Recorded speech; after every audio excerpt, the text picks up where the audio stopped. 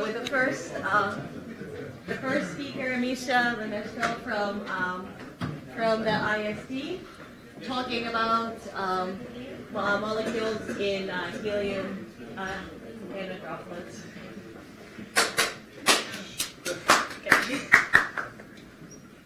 So, thank you very much for inviting me. Kaden, please. Yeah. No problem. Yeah, it's an honor to be invited to such a wonderful conference. So I'm going to tell you about molecules in superfluid helium, which might be a little bit exotic to many of you. But actually, I would like to give you some general motivation and our kind of big picture first. So what we're actually interested in is many-body dynamics of angular momentum.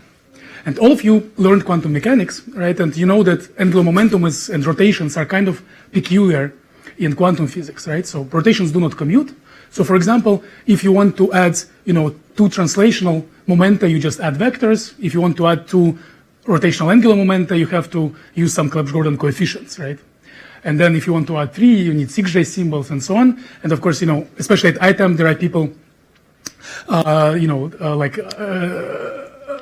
like Hossein himself, or there were people like Alex Delgarno who could use 72J symbols. But in general, these problems become extremely complicated very fast. So, you open these, Russian books that have, describe the structure of a single atom, 700 pages, no text, just equations, right? And then, and that's what concerns a single atom, single molecule, or single nucleus, right?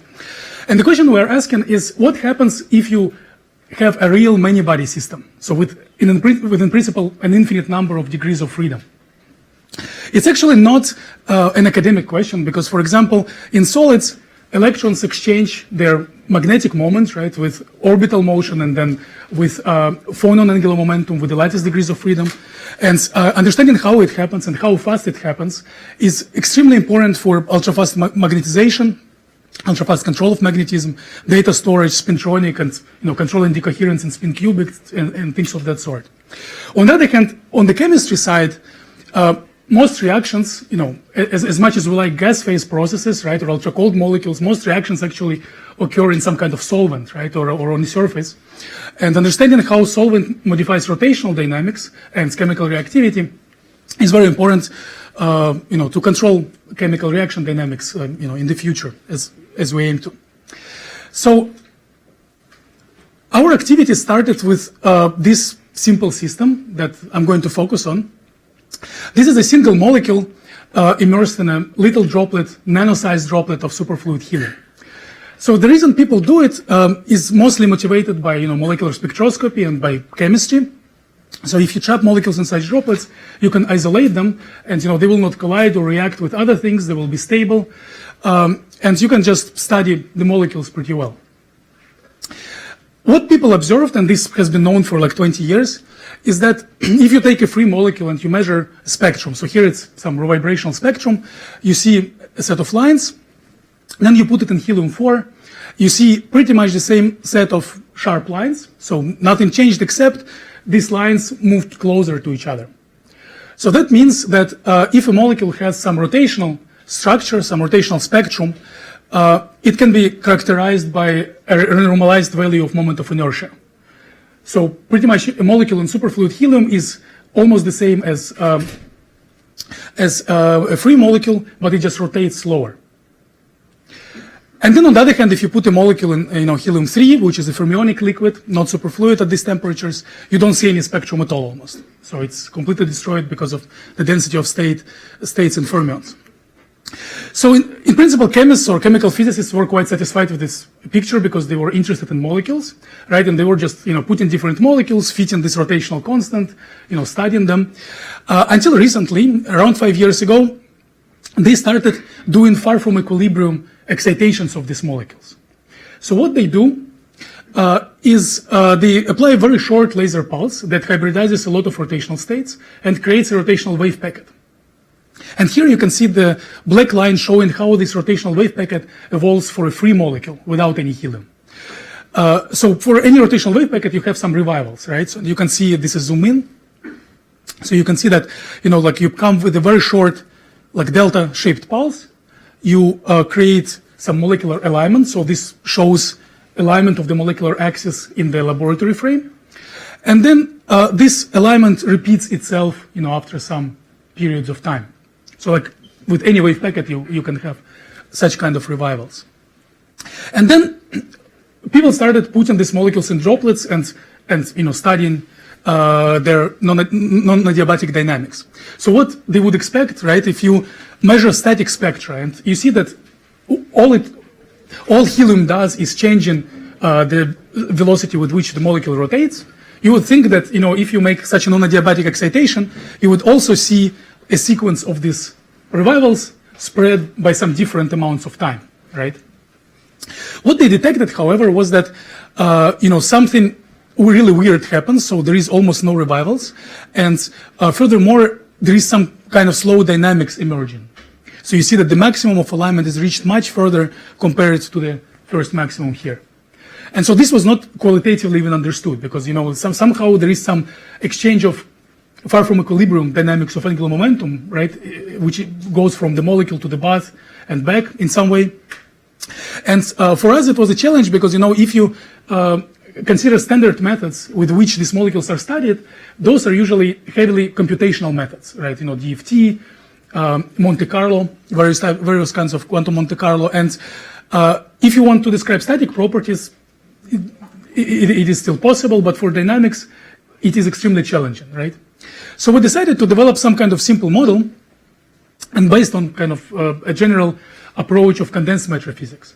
So from the point of view of a condensed matter physicist, single molecule in a droplet of superfluid helium is a textbook impurity problem. Just one particle interacting with the bath, right? And, there are many impurity problems that have been studied also. Atoms in a BEC, like a polaron. There are also like electrons in solids. Still, of course, it is an extremely complicated many-body problem, right? So it's still an Avogadro number of degrees of freedom.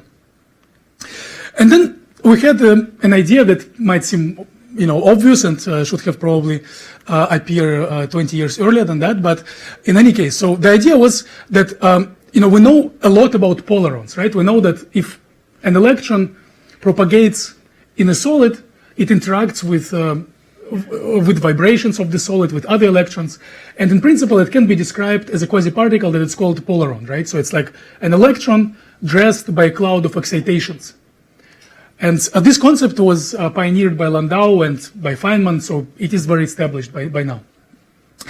The only thing that changes for an electron in a solid is that the effective mass gets larger, right? And so the analogy that we observed was that, if you have a translationally moving particle whose effective mass gets larger, and here you have a rotating particle whose moment of inertia gets larger, right? So there must be some kind of quasiparticle description of these molecules and droplets. And of course, as usual, it's very important to come up with a cool name before, starting to do any actual work, right? And roton was taken by Landau, although, it has not much to do with rotations. But anyway, and then, if you Google this thing before starting to do things, there is a dedicated list of quasiparticles on Wikipedia, and there are a lot of them. And there are many more actually, but these are the most famous ones. And the question is, why do we need another one? Well, it turns out that in condensed matter physics, people don't think too much in terms of angular momentum, although they probably should, as I'm going to argue in the very end of my talk. And all these quasiparticles were described by their linear momentum, energy, sometimes topology, but there was no quasiparticle description of angular momentum dynamics in a solid or in any many particle system. And again, I would like to kind of bring you to this big picture. So although we are focusing on this particular system, this is not really about, molecules and helium per se. It's about, in principle, any impurity, be it an electron or like Rydberg atom or, some molecules in solids that exchanges angular momentum with some kind of bath, right? But we have a lot of experimental data here, so we're going to, focus on this system for now. So after some time, we derived a, Hamiltonian that would describe a rotating object in some bosonic bath. So here you see an example. It's like the simplest version of that Hamiltonian. which consists of three parts, right? So you have a molecule, in this case, just a rotating stick, so it can be a more complex molecule. There are phonons given by some dispersion relation, omega k. And here it's important that we cast phonons in terms of the angular momentum. So instead of some, k vector, which would mean plane waves of phonons propagating along x, y, and z, we have this k lambda nu, which gives an expansion pretty much, in S wave, P wave phonons, D wave phonons, like with electrons in the angular momentum basis. But that's just a basis transformation.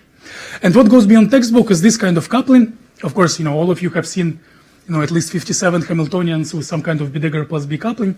But, here the difference is that it's coupling to the continuous degrees of freedom. So you have these spherical harmonic operators, where these angle operators, span the surface of the sphere.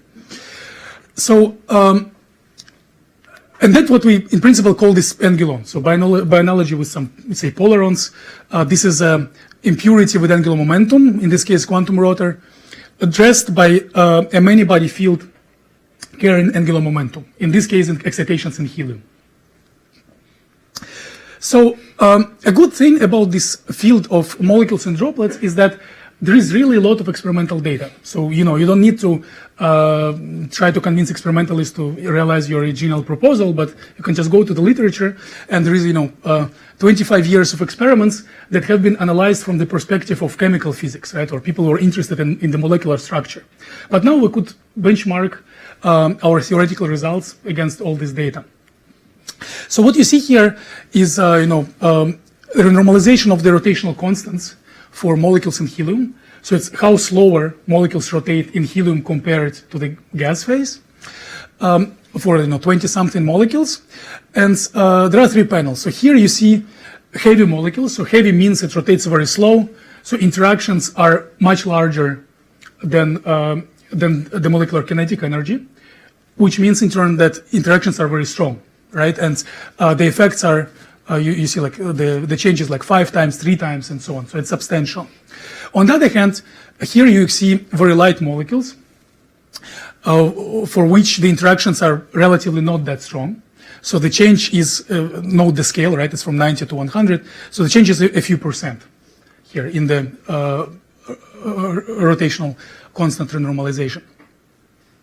So we applied our theory. So of course we first developed different types of approaches for weak coupling and strong coupling. And for example, for light molecules, so we obtained some kind of agreement of that sort. So you might see that the difference is substantial, but it's actually on the order of 1% here. And quite interestingly, it was shown that the effect that is observed for light molecules in helium, in physical chemistry experiment, is exactly the same effect as lamp shift in quantum electrodynamics. So you remember that, let's say, for a hydrogen atom, you have 2s and 2p states, right? And they're split because these states are dressed differently by virtual photon excitations from the vacuum. And here we have exactly the same effect, so the same equations, the same diagrams, but for rotational states and virtual phonon excitations. So the splitting between them changes because they are dressed differently. And it's, I find it kind of cool because, you can connect the physical chemistry to quantum electrodynamics and try to, understand it using similar models. Then for heavy molecules, we obtained also a decent agreement. And yeah, we developed a theory where the coupling is very strong. So in principle, you have to add an infinite number of angular momenta. And I mean, if you ask me later, I will be happy to show you exactly how we did it. But in any case, so that, then for intermediate coupling regime, so in principle, another like proper intermediate coupling theory is needed, and there are some attempts to do it here with green dots. But even strong coupling or weak coupling theories provide a decent agreement. And quite importantly, most of these points could be, or actually some of them have been obtained using hardcore numerical computations like diffusion Monte Carlo and path integral Monte Carlo. And an advantage of our model is that you can actually derive extremely simple analytic expressions like that to describe a strong coupling regime with red dots and weak coupling regime with blue dots. And so here, the delta is the anisotropy of molecular helium potential that we take from potential energy surfaces by people like Robert Mozinski and others. And basically, it's one number that gives you the difference of molecule helium interaction in that direction minus this direction. I mean, roughly speaking. And then, in this case, the theory is phenomenological, which means that we use a free parameter, which is of course set to the same value for all red points or all blue points. So I think that there is hope to obtain this parameter sub initio, but in principle, if we can reproduce 15 experimental data points using one parameter, it's probably not that shameful. So that provided a strong evidence that what we're thinking about is not really crazy or purely theoretical, so that angulons are formed in experiments. So we kind of went further and started talking to these helium droplets people a bit more. And we learned quite a bit. So, for example, on the first slide, I showed you that the only thing that helium does, and this is what people believed, right, that it changes the spacing between the rotational levels, right? And it turns out that it's not always the case. It's almost always the case, but not always. So, for example, if you take a CH3, it's called methyl radical. So you have a gas phase spectrum. And it's a very light molecule, so the lines don't shift. But the strongest effect is that there is a broadening of this line, a 50 gigahertz broadening, which is quite substantial. And then, Gary Doberly, who is one of the leaders in the community, he approached me at one of the conferences, and actually he was wondering whether this is the effect that we predicted in our first paper. We kind of predicted it 2 years after this measurement, but we had no idea, right? So in our first paper on these quasiparticles, we predicted that at some coupling, these quasiparticles can decay. So they transfer angular momentum to the bath by decaying into some phonon excitation, which would show up as a broadening of this line. So it would have some sharp lines, and then there will be a broadening where it crosses some phonon continuum. And he was wondering whether it's actually that effect. And, well, Igor, who is a PhD student in my group, did calculations, and he has shown that indeed these are these Angulon instabilities that we kind of predicted a bit later. And yeah, there is a good agreement with experiment for methyl radical, and also he found some data for an ammonia molecule, and it's also a very similar story going on here. And so our hope is also kind of to motivate this helium droplet community, because these people are interested in molecules, so they would be measuring the spectrum, and they would be like I don't know why, but one line is broadened. It's extremely sad, right? Like, because you cannot identify it, or your spectrum is not good enough. But here, we're also showing them that there is no reason to be sad, because it might be some interesting physics going on. So you might actually focus on that instead of just measuring all possible spectra. Are there spectroscopists in the audience? Okay. Okay, sorry. But anyway. Well, they're happy when I tell them the same. So anyway, and then also, if you have a very simple model, you can also predict things. And now I'm speculating, like I'm back to my ultra cold gases years, proposing to do something which probably will never be measured. But anyway, my postdoc in Ralph Peccaboilu, he studied the model, and he, for example, has shown that you can view this molecule in a helium droplet as a non-abelian magnetic monopole, and a particle interacting with it on the surface of a sphere. So you can understand it qualitatively as follows: that rotations are similar to a magnetic field, right? So you have, say, vortices if you rotate superfluids. You have vortices if you apply a magnetic field to a superconductor. And in this case, you have a molecule rotating in a superfluid. But on the other hand, you can consider that, in the lab, in the molecular frame, if you go to the rotating frame of the molecule, the superfluid is rotating, right? And then this superfluid is interacting with the molecule, and he has shown that it induces an effective gauge field, which looks like a field of a monopole. And also it's non-abelian because there are different angular momentum components in the superfluid, because angular momenta do not commute, for example. And he produced some other results also related to quantum groups and so on.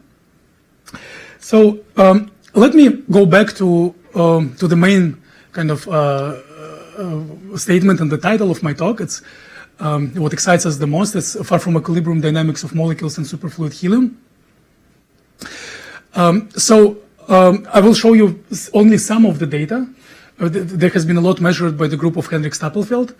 And I'll show you something which we find very peculiar, and it's going to be on archive very soon. It was submitted already. If you take a molecule in the gas phase, free molecule, right? So what you have, if you apply a short laser pulse, is a series of revivals, approximately after every rotational period. You can think of it as like spin precession. If there were two levels, there would be just, sinusoidal precession. Here you have a lot of levels. You mix all of them. So, at some particular times, these phases in the wave packet come together, and you have these revivals. Then they did a measurement for I2, so it's iodine molecule, in helium droplets, and they have seen something completely different. So they have seen that you do not see this type of sharp revivals after some times, and what you have is oscillations of alignment, which looks almost like some kind of damped oscillator, or some kind of almost sinusoidal oscillations times some exponent. And then they performed the same measurements for other molecules like CS2, also in a broad range of intensities of the laser. So they hybridized more and more states. So technically they should have narrower and narrower rotational revival peaks, but they observe exactly the same. So nothing changes in an extremely broad range of intensities, for like 2 orders of magnitude almost. And so you see that these oscillations appear and then they disappear. On the other hand, so for CS, there are also some oscillations, but it looks kind of a bit different. But anyway, like for CS2 and I2, you see this peculiar pattern. So we applied our theory to that, and I'll try to convey two main messages. So we figured out that it's a combination of two effects. The first one is kind of a static effect. So the structure of the molecule changes in helium, and what people usually believe is that what changes is just an effective mass, right? Or an effective moment of inertia in this case, right? But of course, as physicists, we understand that it's a low energy approximation, and actually it has to be more complicated than that. So there are many higher order terms. And here you can see the Fourier transform of the experimental data that I just showed you, this blue line, and you indeed see that they're clustered around one frequency of these oscillations. And if we study the spectrum using our theory, we obtain that there is kind of an equidistant band of states. So instead of this black line that shows a rigid rotor spectrum or linear rotor spectrum, you have strong deviations, which are not just a normalization of some constant, which leads to formation of almost equidistant band of states. So it's almost like an oscillator. And the same happens for CS2. So it's almost like an oscillator in this region, which results in a very sharp peak. And then for other molecules, it's not the case. There is a little bit of this clustering, but not much. So, okay, so we have really some effective damped oscillator instead of this molecular structure in a way. But is it enough to describe it? So the answer is no, because there is a very important dynamical effect of transfer of angular momentum. So it's not only how you create your states in the presence of helium, but it's also how you populate them if you apply a laser pulse. Right? So I can illustrate it here, for example, if you just take this level structure and do a gas phase calculation with it. Right? So you pretend it's a weird molecule with this kind of oscillator type structure, you obtain a bad agreement with experiment here. So it's not satisfactory. Because you're populating many more states and it depends on intensity. And what we observe that, independent of intensity, you always have this oscillation, so always your population is here. And that happens because of dynamical decay of angular momentum from the molecule to helium, and such that everything eventually decays into these states that correspond to this damped oscillator. And this occurs at some 10 picosecond time scales. So you see some molecular populations, phonon populations that evolves mostly tens of picosecond time scales, and that makes sure that you observe these oscillations. So now let me show you some actual comparison. So these red lines give our theory. And yeah, you can see that all features are reproduced, and mostly even kind of quantitatively. So even for this data that seems very noisy, you see this type of revival. These are real effects. So some of it is noise, of course, but these are real revivals. And well, yeah. So we seem to understand how to study far from equilibrium physics in such many body systems with angular momentum. So if I have another couple of minutes, I would like to tell you about, like, again, this broader picture, and our idea to apply this concept of angulons to real solid state. So actually, this all goes back to so-called Einstein-de Haas experiment. It's 1915. It's an extremely long time ago. So what they did, they put a chunk of iron in a magnetic field. They observed that it started mechanically rotating. Then, there was a reverse experiment by Barnett, who started rotating some solid body and observed that magnetization developed. Back then it was extremely cool because, people had no idea what spin was, right? And so that allowed to show that spin is some kind of angular momentum. And you observe, due to conservation of angular momentum, it's transferred from magnetic to mechanical degrees of freedom. And it all makes sense, and kind of made sense during the last century. But when people started looking into it from the perspective of, ultra-fast magnetism, spintronics, nanomagnetomechanics, and so on, they understood that we don't know how it works, really. How exactly spin is transferred to the lattice, because lattice doesn't interact with the spin because the lattice is non-magnetic, so it goes through the orbital motion somehow, and this motion is important if you consider very fast time scales, as people are trying to do in experiment now, and pretty much people don't understand how exactly it works and what are the time scales.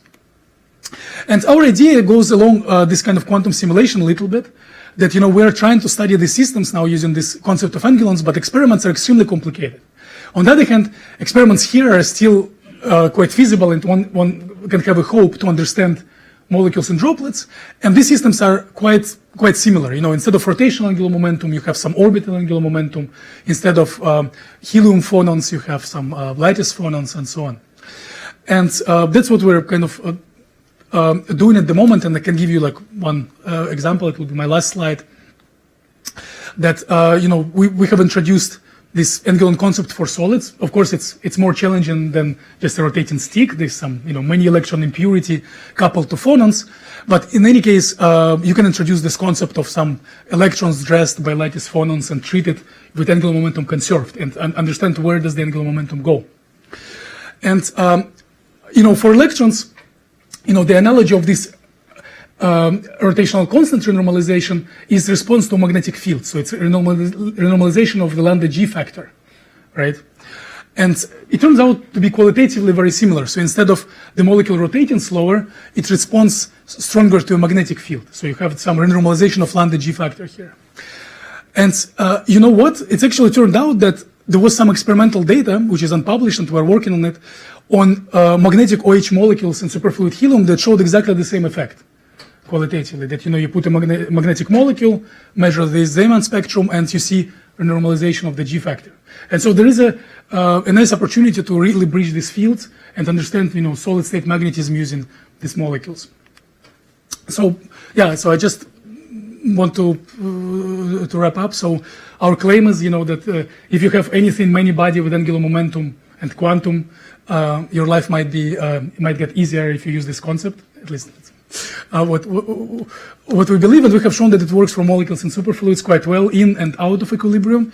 And then we're pursuing a lot of directions also, developing some numerical techniques like diagrammatic Monte Carlo for angular momentum, which is, quite tricky to do actually. And then we would like to apply it to some, chemical systems and also to some transport in hybrid perovskites. And of course, if you have any ideas, we would be happy to chat. Yeah, thank you very much.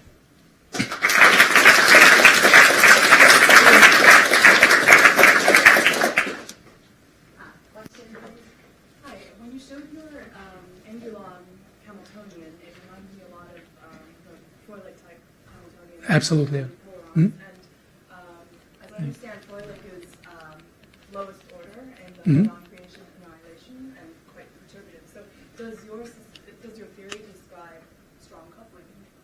Yeah, so it's an excellent question. Indeed, it is analogous to the Froelich type Hamiltonian. The difference is that these operators mix angular momenta, so they generate all these Clebsch-Gordan coefficients and all that, so it's a little bit more involved.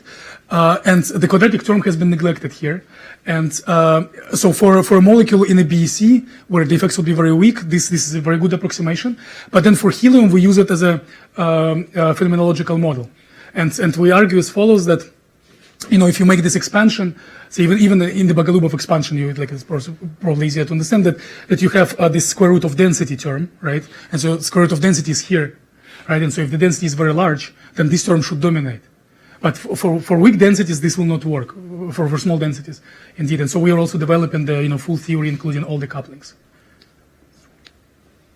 I wonder whether, if you've thought about, when you have this, when you said make this rotational wave packet, and in the revival, this alignment revives again, but in between it's actually a cat state, right? A Schrödinger cat state. Because it has this quadratic spectrum, this typical L squared plus 1, like in the Bose-Hubbard, that's why I remember it, because it's like the collapse and revival again. Yes, we had this. But I wonder what happens to this cat state.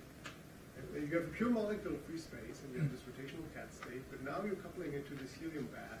And I'm wondering whether this helium somehow is leaking some information, like measuring this cat state a little bit, and some of the damping can be interpreted in that language. I guess if it would be a pure quasi-particle, maybe not.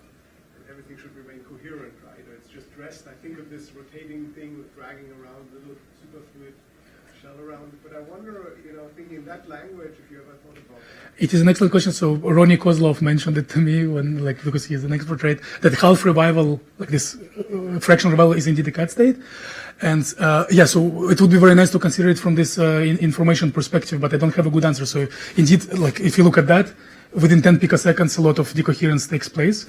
But whether information is preserved, because I'm not, from the information community, kind of, but it's a great question whether information is preserved in the whole quasi-particle, like if you integrate over this non-superfluid shell, kind of. Yeah. So I don't have a good answer for the moment.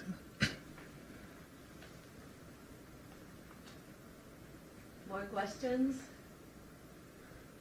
All right. Oh, one more. Would quasi-particles like this show up in the thermodynamics somehow? Would you see any features in, let's say, some thermodynamic quantity? Just like phonons, for example, they have contributions in. Yeah, I think so, but I don't know how. I mean, even like in classical thermodynamics, you have different, different equations for like diatomic gas, triatomic gas, right? And here you have more degrees of freedom compared to, say, atoms, right, or phonons. So I would strongly believe that yes, but I don't know how. So it's a good question. Okay, sure. Just ask one brief setting up. Do you know what Angulon interactions? What about interactions? Yeah, so we are actually writing a paper about it. So it's similar to, so you can think of it as like phononic QED kind of, right? Because instead of photon bath, you have phonon bath. Yeah, there is an attractive interaction. There's some formation of like what we call a biangulon. Well, we can call it whatever we want, but.